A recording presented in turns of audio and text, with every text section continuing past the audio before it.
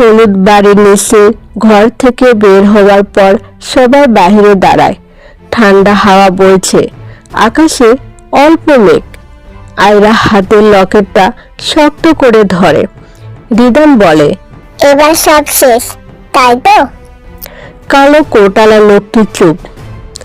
সত্য শেষ হলে গল্প শেষ হয়, কিন্তু সংকেত শুরু হয় নতুন পথ। আয়রা হঠাৎ লকেটটা কানে লাগিয়ে শোনে।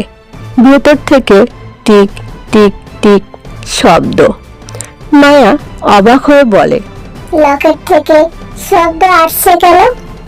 লোকটি দ্রুত বলে, ওটা সাধারণ রকেট নয়, ওটা একটি সংকেত যন্ত্র।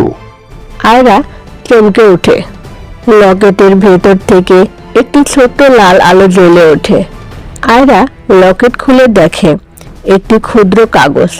কাগজে লেখা, দূরের পাহাড়ি ঘরে আমাদের জন্য অপেক্ষা করো। রিদম বলে, মানে তোমার বাবা মা জীবিত? আয়রার চোখ উজ্জ্বল হয়ে ওঠে। সে ধীরে মাথা নাড়ে। লোকটি গুরু গম্ভীর গলায় বলে, তোমার বাবা মা আছেন, কিন্তু তারা এখনো বিপদমুক্ত নয়।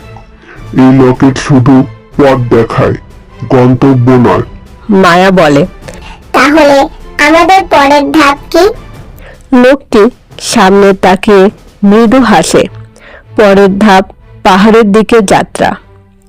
দূরে পাহাড়ে একটি ছোট আলো ঝিলমিল করছে।